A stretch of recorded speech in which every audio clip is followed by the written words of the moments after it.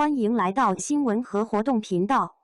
请订阅和分享已更新有关当今最着名明星的最新信息。王一博登 Vogue 5月刊，达成5大刊全满贯，让谁坐不住了？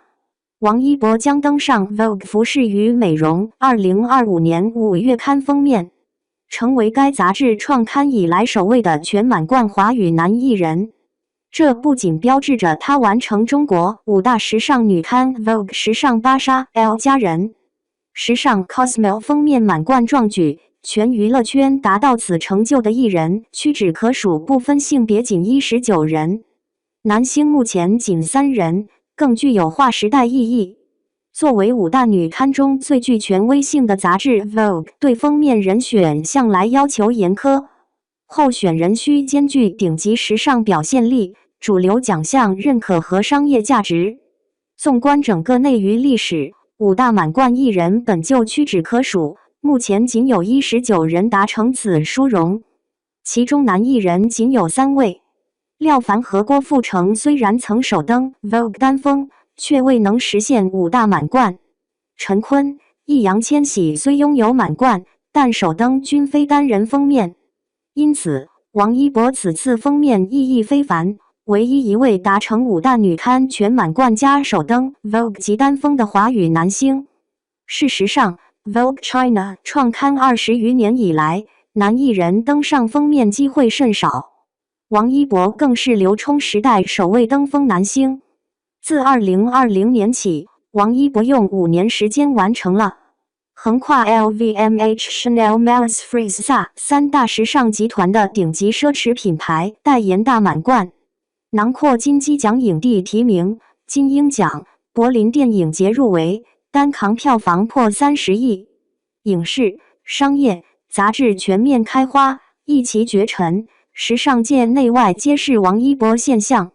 5奢加身，5大满贯，王一博的时尚之路仍在不断延伸。此次登封 Vogue， 正是他多年来积累实力的最佳诠释，也是年轻一代偶像勇敢做自己的最佳榜样。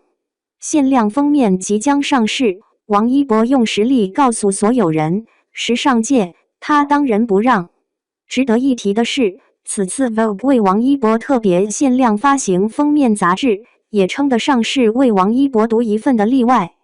此前，他曾创下单本杂志销量78万册的纪录，时装男士官方认证，至今无人能敌。自2021年起，王一博登封的杂志便一律限量5万册发售，以防止粉丝为 PK 造成资源浪费。他在不断拓展事业版图的同时，也始终坚持不希望粉丝为了所谓榜单好看去盲目冲销量，这也是王一博粉丝粘度一直高居不下的原因吧。刚走红的那几年，他所经历的风浪和所处的舆论环境，其实并没有给他多少话语权。那时候，粉丝们一边说天塌了，给你撑起来，一边用真金白银为他托起一片净土。他接收到了这些心意，